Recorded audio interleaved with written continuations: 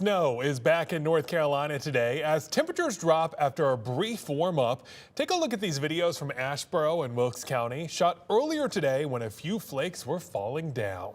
Good evening, I'm Ben Briscoe. The snow did not stick to the ground. Instead, the real issue today has been the cold winds, a shock to the system, bringing another winter whiplash.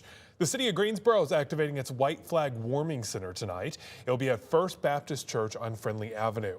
The center will be open for single adults and families starting at 7 o'clock until 7 tomorrow. Let's turn now to Alex Williams for the latest on the winter weather roller coaster. I couldn't have said it better, Ben. Yeah, winter weather roller coaster. You're indeed correct on that. And several of you did see some snow flurries and some snow. And my friend Libby sent me this photo of their dog Bear out in South Greensboro, kind of being like, what in the world is flying through the air? And some of you were like, wait, what, snow? We weren't expecting that. Sometimes it can sneak up on us. Didn't really cause any problems. It's just very festive. Some of us saw grapple, which of course is kind of basically super cooled water droplets freezing onto some of those snowflakes, and that causes grapple. And so that's in Forsyth County there. And then let's just all be like this young lady and enjoy the pure joy of snowfall, right? And just falling. She was so excited. In fact, in one of those videos, if you listen to it, you can hear her saying, "Mom, look, it's snow." And indeed, it was just an exciting time to be outside. Not so much temperature-wise. It wasn't necessarily always cold. You can actually see these highs in the 60s. You're like, Alex, you're lying. No, it actually did get up to 64 degrees last night at midnight before those temperatures started to tank. And boy, have they tanked. Temperatures on the cold side. The wind has not been our friend today. 40-mile-an-hour wind gusts across the Triad. That is some very, very strong winds, officially up to 41 miles an hour there at PTI. And now since then, the wind has started to back off a little bit. It's still present. Now we've got the cold air. So even just the slightest breeze tonight makes it feel so much colder than the 40s. We'll break down the details showing maybe a little bit of a warm up before winter takes over as a pattern flip takes over. We'll have details in just a bit. Today's snowfall was a tease. Are we ever due for a big one this winter, though? Check out our winter weather forecast streaming right now on WFMY+. Developing within the past hour, all lanes of Textile Drive are now reopened after a police investigated a crash that knocked down power lines. The closure stretched between Yanceyville Street and Summit Avenue. We're working to learn more about what happened. We'll bring you updates as soon as we get them. New at 6, Winston-Salem fire crews responded to a structure fire in the 1300 block of Jackson Avenue. The department posted this video online saying there's no injuries, but they warn that with recent low humidity levels, still that puts many of us in a high fire danger area. The State Forest Service says to limit outdoor burning. Flu cases are still rising across the country and our area. The CDC estimates there have been more than 15 million cases this season. It's the worst season for respiratory illness since at least 1997. Many healthcare professionals warn illnesses are likely to climb even more. Jen Sullivan is tracking the latest data. Each night, toys are sanitized as employees at this daycare center in Des Moines, Iowa, try and fight off germs as flu cases in their area surge. We mop the infant room floor twice every night, once with just warm water and once with a sanitation. Nicole Scatino-Talley is the director of the Angeli Cristiani Child Development Center. Some of the children here are infants and aren't eligible for the flu vaccine yet. It's recommended for 6 months and older. The Centers for Disease Control and Prevention says children under the age of 2 are at a particularly high risk of developing serious complications from the flu, which is why employees here are taking extra precautions. But this is a nationwide problem. Flu cases across the country have skyrocketed, topping an estimated 15 million. This map from the CDC shows multiple states experiencing high or very high levels of the flu. Roughly 180,000 people have been hospitalized and 7,400 have died. Most of the cases are from a severe strand of influenza A known as subclade K. This subclade K, which is a new strain that probably is not included in the current vaccine. Many healthcare professionals are worried cases will continue to rise. The flu vaccine absolutely prevents severe illness, prevents hospitalizations. The CDC estimates 130 million doses of the vaccine have been distributed nationwide this season, but that covers less than 40% of the U.S. population. I'm Jen Sullivan reporting. Right now, North Carolina is in purple on the CDC flu map, an elevation from dark red the week prior, meaning the state is seeing even more cases than before. This flu season, we've already seen up to 39 deaths. The state's Department of Health and Human Services recommends vaccination to prevent the virus, saying it's not too late. It has been more than a week since U.S. Special Forces captured Venezuelan President Nicolas Maduro. President Donald Trump has said the U.S. is temporarily running Venezuela, and now there's talk of controlling Greenland as well. The president said it would be to ensure protection of America and its allies, as that area of the Arctic is key to America's ability to defend itself. Officials in Greenland opposed the move, saying the island is more than a dollar sign. Greenland is not a product, we're a people. Meanwhile, Trump is saying that the land is not even theirs to begin with. The fact that they had a boat land there 500 years ago doesn't mean that they own the land. He's urged them to invest $100 billion into rebuilding the petroleum infrastructure while also guaranteeing their security for operations. This comes as the president warns Cuba to, quote, make a deal about Venezuelan oil. On social media today, Trump said there is no more oil or money going to Cuba. However, he urged Cuban officials to make a deal, quote, before it's too late. Trump also said that security services that Cuba provided for Venezuela would be ending. Cuba's president rebuffed Trump's demand for a deal, saying the island is an independent and sovereign nation that won't be bossed around. This weekend, Iran's army is threatening to join the crackdown on protesters as demonstrations against the regime grow. Huge crowds have taken to the street across the Islamic Republic. CBS News has the latest. Good evening. Demonstrations against the Islamic Republic appear to be growing despite a nationwide internet blackout and a new warning that protesters could face charges that carry the death penalty. Thousands filling the streets. Human rights groups say at least 65 people have been killed and 2,300 detained in demonstrations that began in Tehran almost 2 weeks ago, sweeping across the country in response to Iran's crashing currency and struggling economy. Iran's leaders shut the internet down on Thursday, sparking fears of a crackdown. You better not start shooting. Despite threats from President Trump. Maziar Bahari is the editor of the independent news site Iran Wire. The president has said that if any protesters are killed, there will be an American response. How seriously do you think the regime is taking that? It has inspired many protesters to come out because they know that the leader of the world's main superpower is supporting their cause. America has already lost the game. Iranian state media showed only pro-government demonstrations, claiming wider unrest had been limited. But the few social media videos that have made it through the internet blockade tell a different story of huge crowds chanting death to the dictator and government buildings on fire. Is this a tipping point? Many people have called what is happening in Iran right now a revolution, but a revolution usually needs a leader for the revolution, but we do not have that leader at the moment. One man who could become that leader, U.S.-based Reza Pahlavi, the exiled son of the ousted Shah, has been encouraging protesters to go further, to seize and hold city centers. Amid concerns over a potential government crackdown, there are reports of at least 2 hospitals in Tehran being inundated with patients. State media, meanwhile, has called the protesters terrorists. And Iran's supreme leader, the Ayatollah Ali Khamenei, made a public address yesterday saying Iranians were ruining their own streets to please the President of the United States. Haley Ott, CBS News, London. President Donald Trump's reportedly weighing a series of potential military options in Iran. 2 U.S. officials say Trump has been briefed on a number of different plans for U.S. intervention. More formal briefings are expected in the next few weeks. That includes a meeting Tuesday with the senior national security officials. Hollywood's getting ready for the biggest party of the year. Get a preview of tonight's Golden Globes as stars start arriving on the carpet. That's next.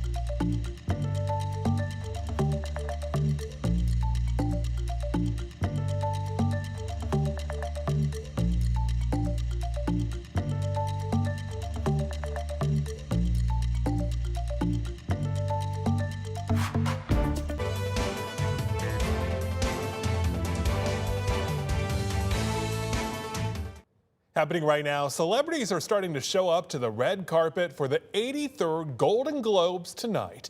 Gwen Baumgartner's there with a preview of the biggest party in Hollywood. Nominees for this year's Golden Globes have started arriving on the red carpet with the show dubbed Hollywood's biggest party. To get here and to be here and to celebrate everything that we've done is great. In addition to honoring both movies and television, this year the Globes have a new category, Best Podcast. I need you, brother. Sensei, please. Courage, Bob. The action satire One Battle After Another, starring Leonardo DiCaprio, enters the night as the film with the most nominations, with 9. On the television side, HBO's The White Lotus leads with 6. It's the hardest gig, but it's also like the best gig. Comedian Nikki Glazer returns as host for the second year in a row. Ahead of the show, Glazer told me it can be terrifying up on stage, but worth it if all goes well. She plans to call out A-listers in her opening monologue, like Timothée Chalamet and Leonardo DiCaprio. That's what I do this for, is that relief of like doing something really death-defying, kind of like it's live TV, anything could happen. The Globes take place the night before voting opens for the Academy Award nominations. And while a Globes win doesn't always lead to Oscar success, it can give a show or an actor a boost. Quinn Baumgartner, CBS News, Beverly Hills. You can be part of the party right here on WFMY News 2. The Golden Globes will be on our air going live from Hollywood at 8 p.m.